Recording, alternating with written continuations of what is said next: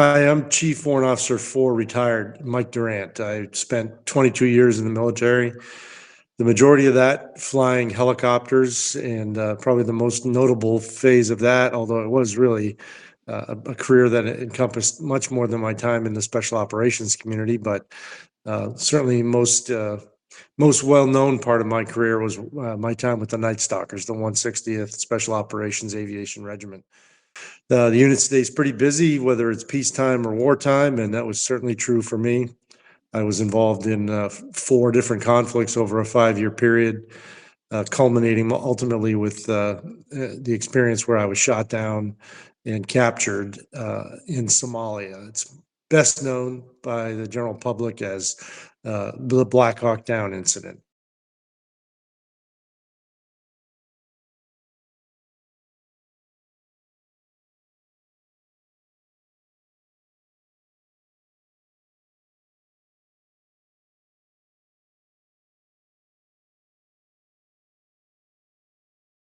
So I was shot down and captured. I spent 11 days in captivity and was released and returned to the unit, and actually spent 8 more years serving in that organization because it's just something that I really, really enjoyed. I think that's true of a lot of people that serve in the military. It certainly was true for me, and I couldn't see myself doing anything else. So I stayed for 8 more years and then ultimately retired in 2001 after 22 years of service.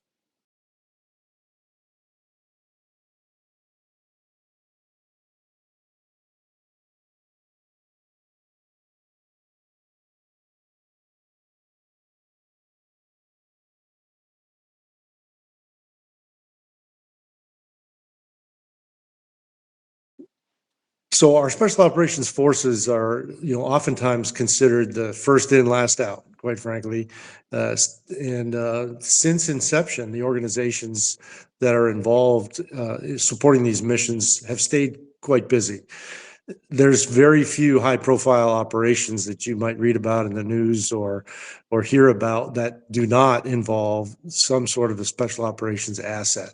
And this is, my helicopter unit. This is Delta Force. This is SEAL teams, Army Rangers, Air Force Special Tactics, and now the Marines actually have a Special Operations Command as well. They did not while I was serving, but they do now. And the people that are in these organizations have really volunteered twice. They volunteered to join the military to begin with, and then they volunteered to take it to the next level and serve at the point of the spear, as we often refer to it.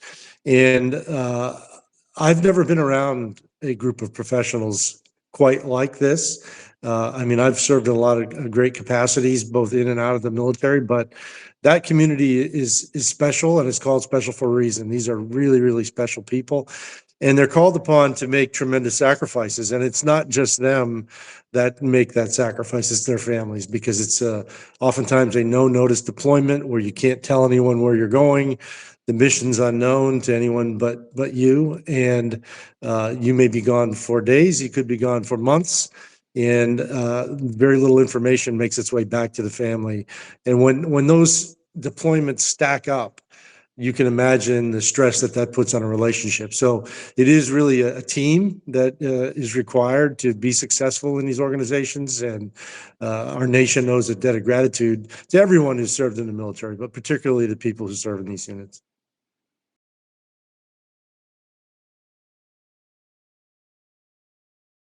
So every young person faces this point in their life where they're trying to decide, what am I going to be? When I was very young, I was born in 1961. The space program got a lot of attention. So I don't know that there was a young child who didn't at least at some point think of themselves as an astronaut. And I would say that's probably the first career that, although in my mind it wasn't a career, it was just something I could do as an adult that would be cool. And then, probably the next thing was be a professional athlete. I played a lot of hockey when I was young. I still do, actually, and really enjoy the game. And so, watching some of the heroes in the early 70s, I wanted to be them. And then sort of reality hits that, you're not going to be a professional athlete. you could possibly pursue a career as an astronaut, but the odds are pretty steep that you'll ever get there. And I went on a flight in a helicopter with a friend of the family, and was, I would say, probably more blown away by that experience than even thinking about being an astronaut or being an athlete. I couldn't believe how amazing that was. And the person that I was flying with, he was a military aviator, and he said, you could actually do this as a job. And I thought, no one's going to pay me to do this. This is fun. And he said, sure enough, yeah, if you do well in school and you make all the right choices, and you are considered, trainable, because everyone has to go through some sort of an assessment, then this could be your job. And from that point on, that was the achievable goal that I strived to be successful at. And sure enough, whether we like to admit it or not, a lot of life is good fortune and timing, but it's also perseverance and good decisions. And I think those things all came together for me. And I was able to go to flight school for the Army at a very young age. I was really, when I graduated flight school, I think I was still 21.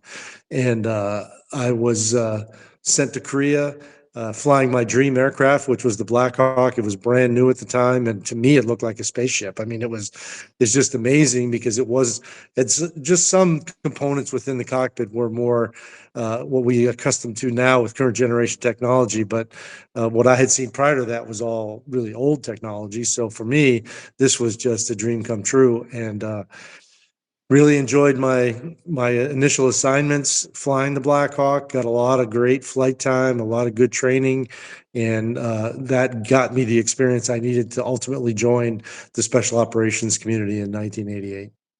So my time in the military, until I got into the Special Operations world, was in the peacetime military, which doesn't mean it's boring, but it isn't the I guess the high stakes, high risk feeling that you experience in combat. But in the special ops world, because you're almost always going to be employed, regardless of what it is we're doing, what we call real world operations come around pretty frequently. And I hit the ground running. I was deployed on a real world operation within my first year in the unit. And oddly enough, we were actually looking for the Iranians who were putting mines in the Straits of Hormuz in the late 80s. And we caught them. I mean, I didn't personally catch them, but the unit did.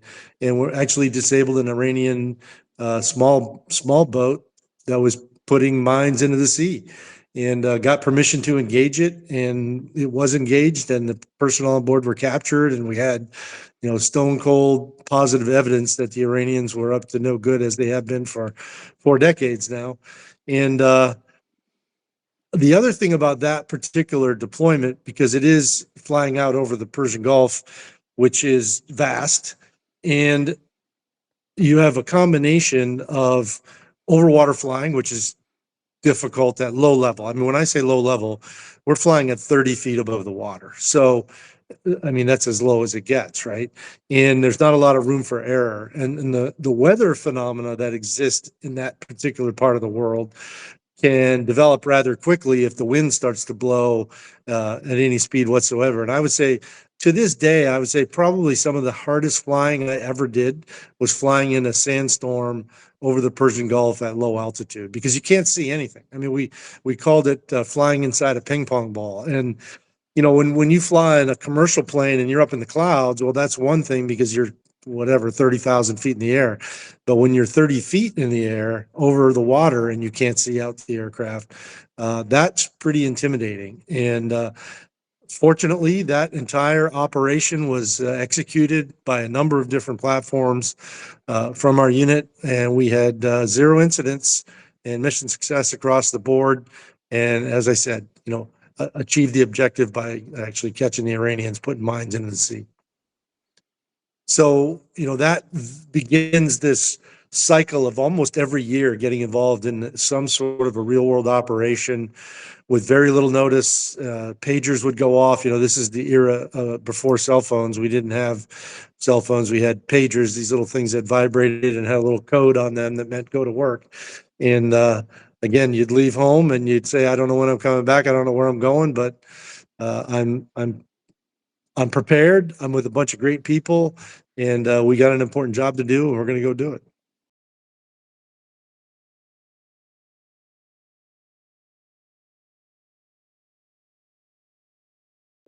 It is very difficult, and that's why I mentioned it earlier. I think some people don't handle it well, quite frankly. It's very demanding because all of a sudden you're in essence a single parent, and it's probably harder for the kids because they don't really understand, right? It's depending on their age, they might wonder, well, why does mom or dad have to be gone for my birthday or over the holidays or whatever it is. And it takes a special family that's very open and honest about joining these organizations.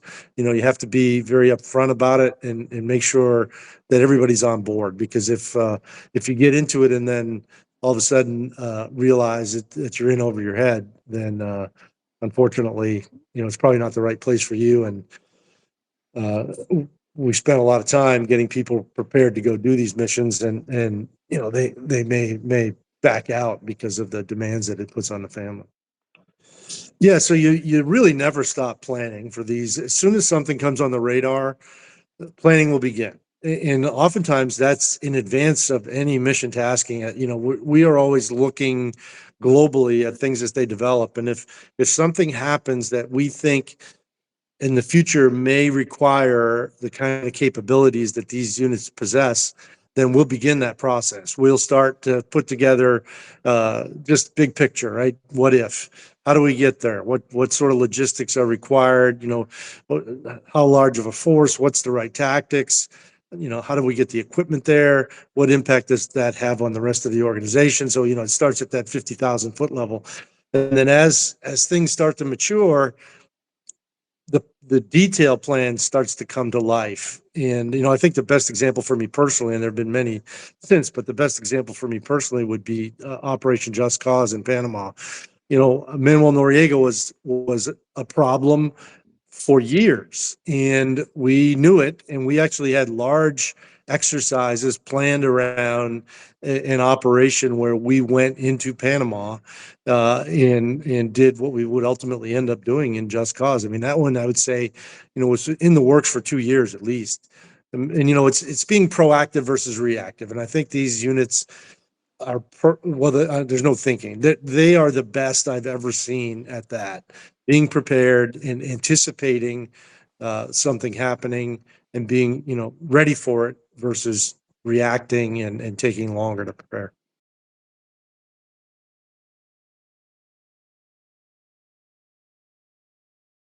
We almost always will send a rep or reps to the planning, because we represent the rotary wing or the helicopter aviation. There's some unmanned or drone assets available now within the organization as well, but when I was there, it was all, we're talking helicopters.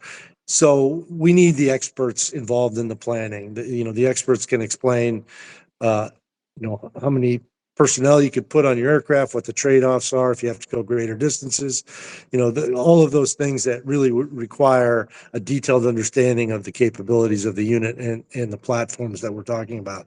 So we have this sort of rank structure in parallel to the regular military rank structure, where you sort of move up in qualifications, and ultimately, at least within uh,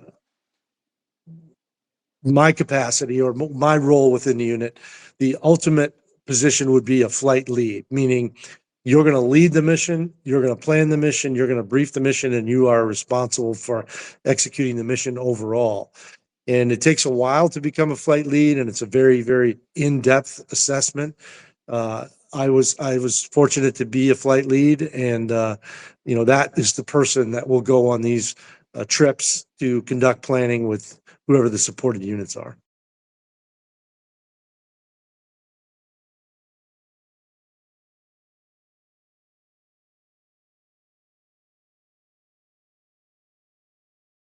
not so much for us, but certainly some of the tier one units have a very rigid policy about public disclosure. And that's understandable. I mean, the tactics and the equipment that are being utilized, might be utilized again, on another operation, and that's that's sensitive information, and they want to protect it. For us, it we did a pretty good job of staying in the shadows for a long time, but there's been a lot of publicity over the last few years regarding our unit, and a lot more is known now about it. And it's just that's sort of the nature of the beast. There's not much you can do when information gets out about these operations, and it's through no fault of our own. My example, obviously, it garnered the attention of the world when the mission went down, and then less than 10 years later, there's a major motion picture and a New York Times #1 bestseller about the mission, and it talks about everything. So, it is a whole new era, I would say, for that community. But yeah, I think you have to look at it on a case by case basis. I mean, again, the one scenario that I understand best here is the scenario I was put in. Had it never made it into the news or into the public domain, I would have never talked about it. But once it's out there, sometimes you have to control the narrative. I mean, you have to talk about it, because if you don't, then who knows what the perception might be. And we know it better than anyone. So we've got to tell the story to make sure that it's told accurately. And certainly when it doesn't involve information that's sensitive or current, I waited 10 years before I even contemplated writing about my experience, and I felt that was long enough. And I think most people agreed that it was long enough. And as you would understand, we have to tell these stories. Maybe not all of them, but it's important that we tell these stories, because in some cases, that's what inspires the next generation of people going to serve in these units. So we sort of have to walk that fine line where we are respecting the sensitivity of some of this information, but also capturing for historical purposes, and for that, inspiring that next generation of warriors. We got to tell those stories, and we have to honor the fallen. I think that's one piece that is pretty special to all of us. We recognize the sacrifice made by people that were around us, and by telling their story, they live on, and we want to make sure they live on for as long as possible.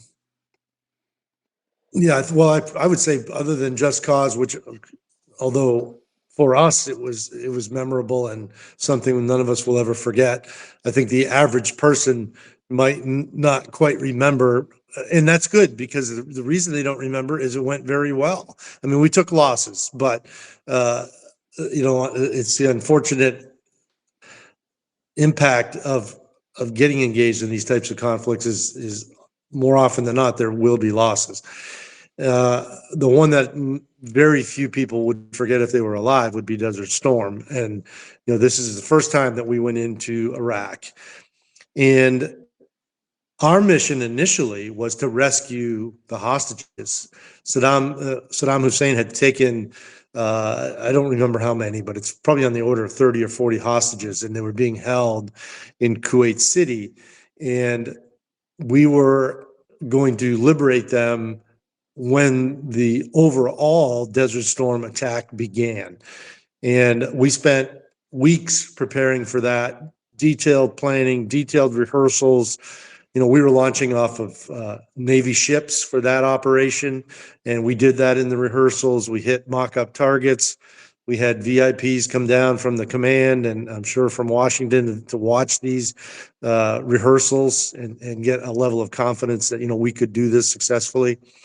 And it was going to be a difficult one, because we knew that they were heavily defended, and anytime you are rescuing people being held against their will, it's very tricky. You certainly don't want to lose any hostages. and it's hard to ensure that. So there's a lot of risk assessment and a lot of planning and contingencies that go into putting this package together. And then, as it turns out, just before the start of Desert Storm, the hostages were released. So now we don't have a mission. And honestly, you have this sort of mixed feeling of disappointment that you don't get to go do this thing you've been practicing for 3 months. But overall, that was a great thing, because now none of those hostages are at risk any longer. They've been liberated. And then, as the war developed, another very high profile issue came up, and that was Saddam Hussein was launching Scud missiles into Israel. And his goal was to bring the Israelis into the fight, which at the time, based on the geopolitical situation in the Middle East, would have probably upset the coalition, because the coalition had a combination of Arab nations and Western nations, and the relationships were not quite the way they are today in terms of the perception of the Israelis.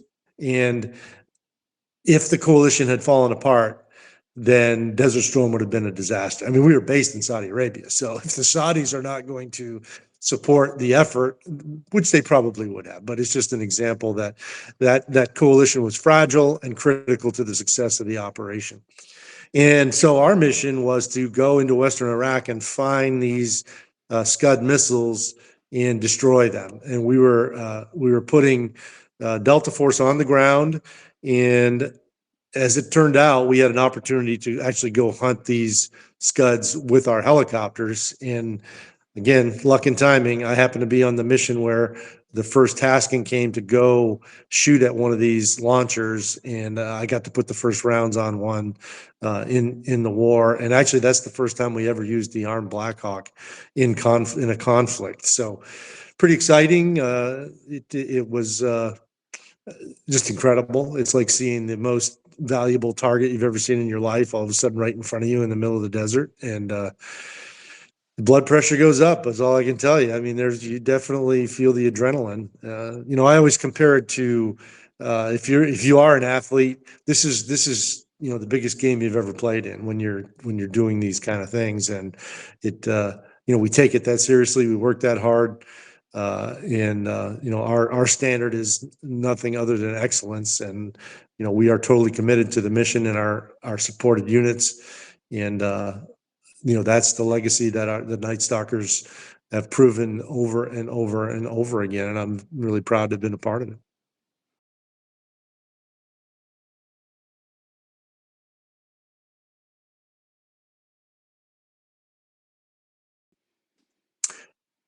So when I think about the mission in Somalia, I think, first of all, there's no more noble cause, and sometimes that gets lost in the storytelling.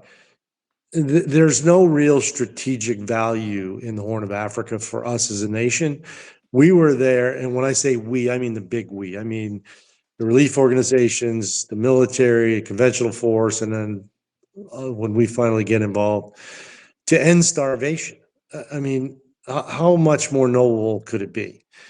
And it was successful. The people of Somalia were saved. There were at one point, I've read estimates that there were 7 million people at risk of starvation, and already 400,000 people had died. And so the relief organizations were there, present, trying to end that, and were not able to because of the civil war that was raging in those same streets. So we intervene militarily. We provide security to relief organizations. The food is being distributed. And quite frankly, had the story ended right there, Somalia becomes a footnote in history. And it is one of the most successful operations we've ever conducted, because we didn't have to use force. We actually went in there and didn't drop bombs and didn't kill people, because we had tremendous credibility, and we still do. But it was a very, very significant factor in how the Somali people received us upon our initial arrival in country. And I wasn't there initially. When I say us, I mean the U.S. And unfortunately, over time, as often is the case, and this is where we end up getting in trouble, is the mission starts to change. And it now becomes a combination of nation building and regime change and putting a government in place, all of which seems like a good idea, but it's very, very, very difficult to do. And there are oftentimes branches and sequels and unintended consequences and third order effects that you just either don't factor in or don't understand that take place, that oftentimes derail the best efforts of our incredible military in our country. And you could argue that's what happens here. We are beginning this transition to nation building. You know, I mean, if the mission had just been security, it was done. We had already done that. But now we're going to do more. And the Somali warlords start to resist, and there's violence back and forth. And then ultimately the UN says, we want to apprehend Mohammed Farah Aidid and his leadership and send them to trial. So when it's a manhunt like that, it usually does involve our types of units. So we call it spinning up. We had spun up and spun down 2 or 3 times over the summer of 1993, thinking there was a possibility we'd get the call. And then ultimately in August we did, and we deployed Task Force Ranger. And Task Force Ranger was 400 people, about 100 operators on the ground, and close to 30 helicopters, a few more assets for reconnaissance and surveillance and command and control and that sort of thing. And we were quite successful for the first 2 months, really, well, a month and a half. We executed 6 missions, captured almost 30 individuals, including the number 2 man, taken no losses. And unfortunately, it all came apart on October 3rd, 1993, best known as Black Hawk Down. That battle was far more intense than anyone, I think, ever thought we'd experience in Somalia. The Somalis had started to modify their tactics. They became much more aggressive. They started to use rocket-propelled grenades, which are quite effective against helicopters in the terminal area. We could, you know, when you're actually at the target where you're dropping people onto the target or landing to pick them up. And the Somalis realized that they could use them effectively. And I would say that change of tactics for them probably was the biggest impact to us. We knew that they were a threat. We had actually rehearsed. Oddly enough, the first aircraft shot down, Super 6-1, we had rehearsed less than a week prior that aircraft was shot down and gone through the contingencies of recovering them. But it's different when it's actually happening, and especially in an urban area, a city, because you're surrounded by the enemy and vastly outnumbered. The other thing the Somalis had done was decide that they were going to all close on the target once they knew where we were going, and they had set up a means of communication in the city to get everyone to flock to the target.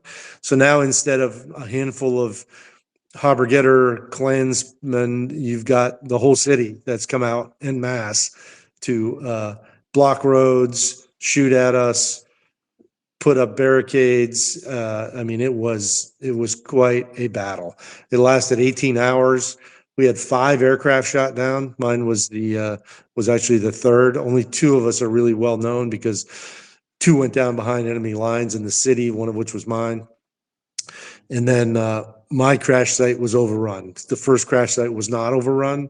It was defended because it was first, and everybody sort of consolidated around it. And unfortunately, we were a bit isolated. And in the process, 2 Delta Force snipers, Randy Sugard and Gary Gordon, volunteered to come in to render assistance to us. I had already crashed. I was knocked out and badly injured at the crash site. And out of nowhere, Randy and Gary showed up alongside the aircraft. And I thought it was a rescue force initially. As it turns out, there were just the two of them, and it would take hours before another American would make it to our crash site. And we could only hold out for so long. There were hundreds of Somalis attacking us, and that gunfight maybe lasted 10 minutes. And as good as Randy and Gary were at their craft, they just didn't have enough ammunition to keep everybody at bay, and ultimately both gave their lives, for which they were awarded the Congressional Medal of Honor. I ended up being captured. I was the last person alive at the crash site, and the Somalis wanted a prisoner, so they took me into captivity. I spent 11 days in captivity and was ultimately released through the great effort and statesmanship of the former ambassador Robert Oakley, who single-handedly convinced the Somalis to let me go, and they did. Definitely saved my life. With the injuries I had, estimates are I would have probably only survived about 30 days, and returned to the unit, multiple surgeries, recovered, and went back and got back on flight status and served for 8 more years.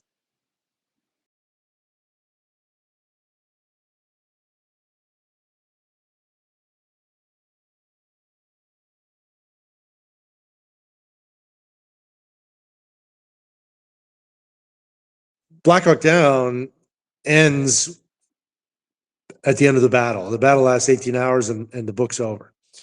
Well, that's really just the beginning for me. So I wrote my book where the battle ends in the first chapter, and then the rest is my experience in captivity and then some of the things that had happened to me before Somalia. And I'm proud of how it turned out. I can't read it. I tried to read it once. It's been written over 20 years ago, and I tried to read it once a few years back, and I just couldn't get through it. And I thought, nope, I have a pretty good memory of what happened. I don't need to read this again. And I'm proud of how it turned out, and very thankful that I was able to tell the story.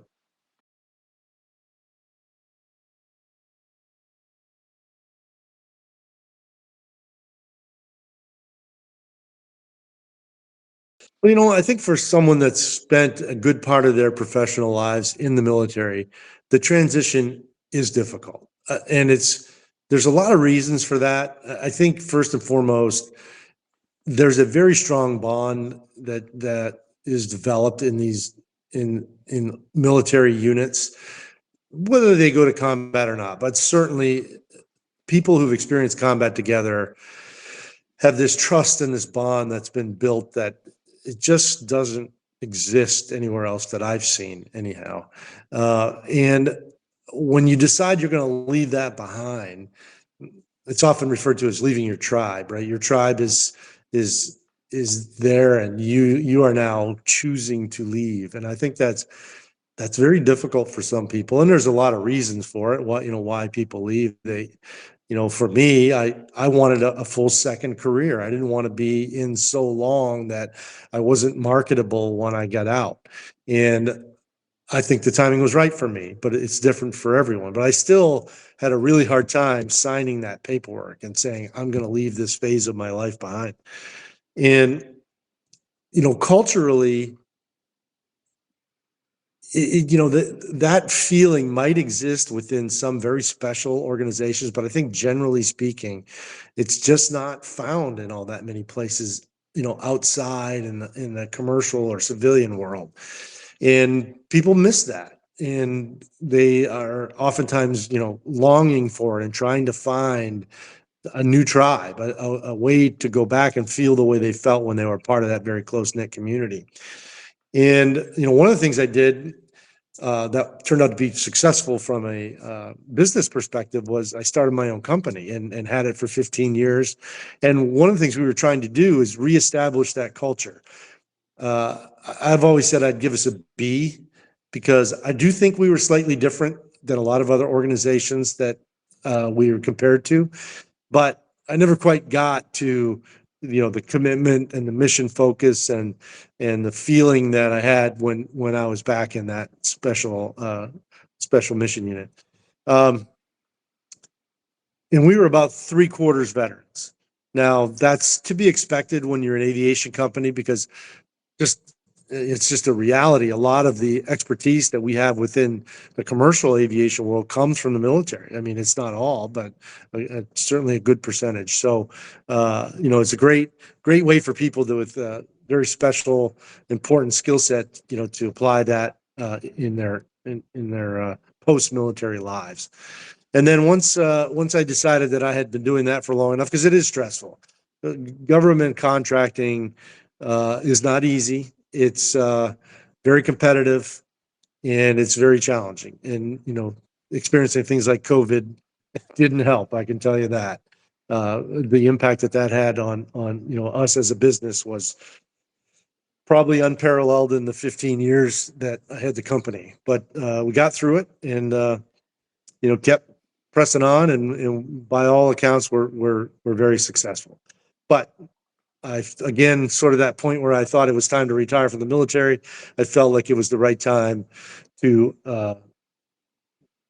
finish up with my leading Pinnacle Solutions, which was the company that I started.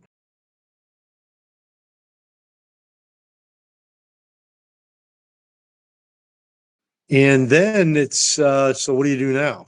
And I've been able to find the right balance in serving on boards, staying active. I'm trying to stay as physically active as I can, because that's obviously important for longevity purposes and state of mind and everything else that goes along with being happy and healthy.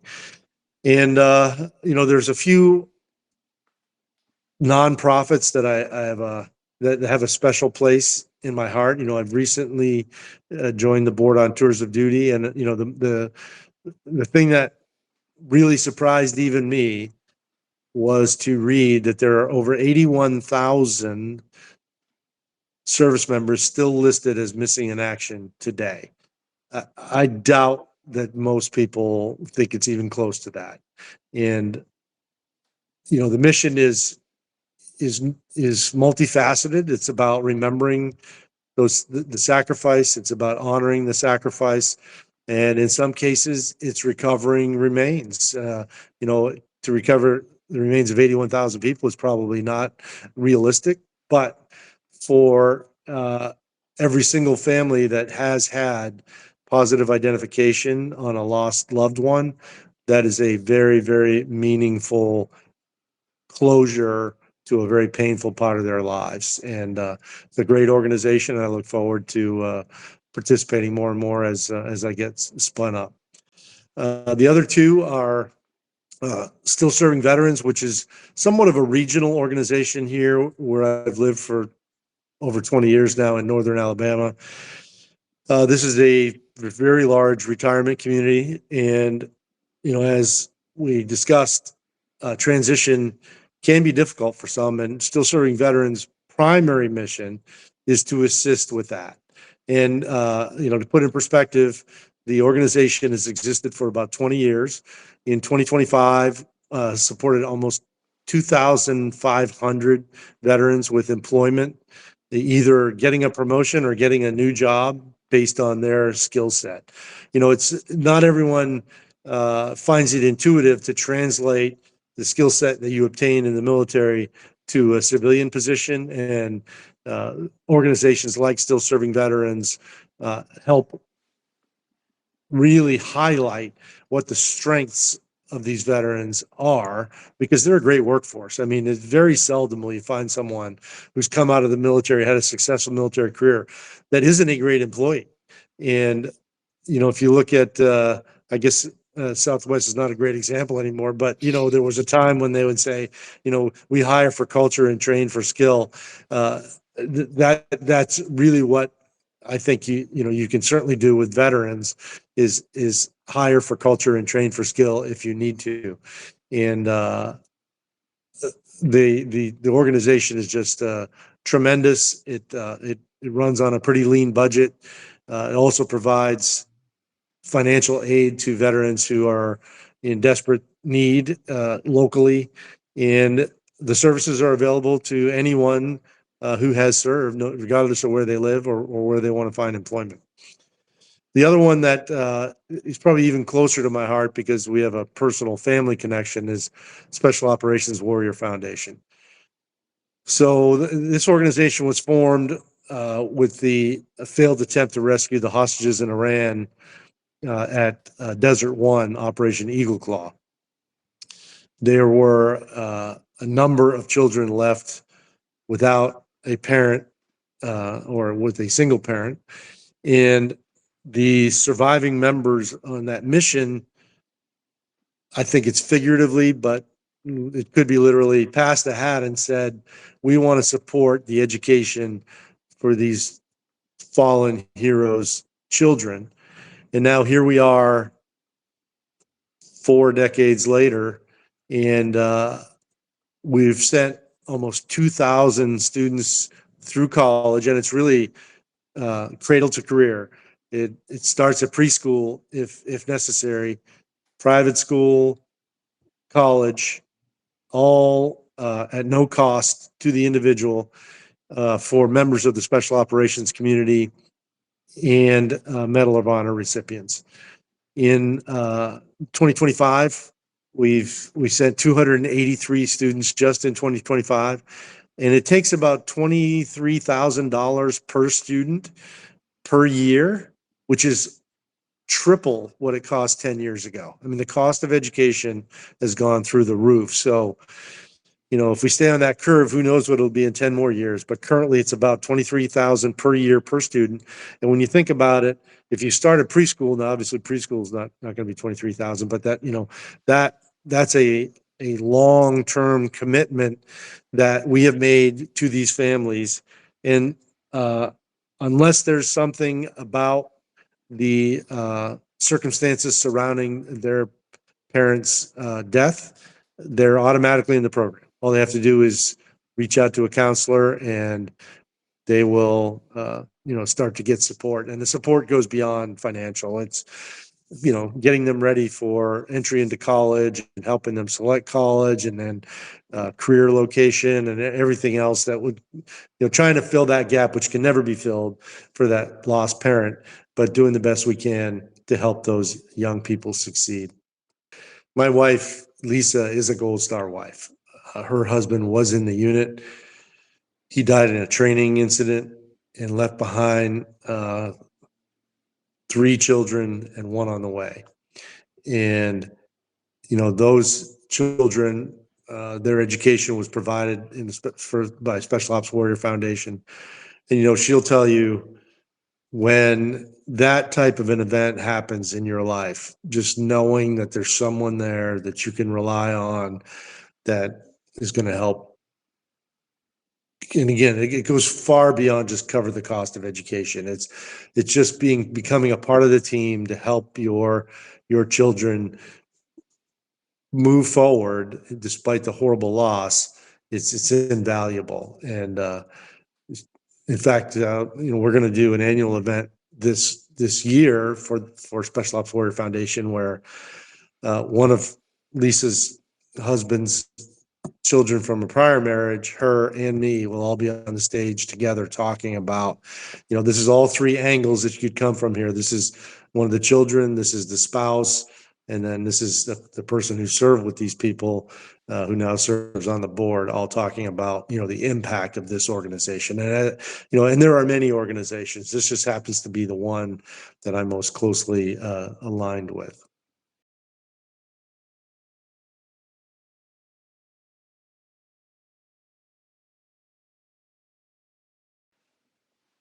Yeah, and it's just the feeling that you're not alone, that you have support, someone to call, some assistance, some expertise, and the people that work at these organizations have a personal commitment to filling that void in as much as they can. I mean, it can never be filled, but make it smaller by, putting their hearts and souls into the services that they provide. The one story that I find very interesting, that really speaks to this, going above and beyond to provide support to these families. There's a young boy, a special needs child, who lost a parent and was still in preschool, and was having for some reason, he could not go to a regular school. So the folks in the Special Ops Warrior Foundation actually recreated a classroom in the basement of his house, and then had a private tutor go in, and his mom would actually walk him outside, around, and then back into the basement entrance like he was going into school, and sort of role played this, that he was really at school. I mean, I don't know who came up with that idea, but it's incredible to me to think that they invested that much energy and thought and talent into trying to help this young person, navigate this very, very difficult part of his life. And there's probably scores of examples like that, but it's one of the most amazing ones that I know of.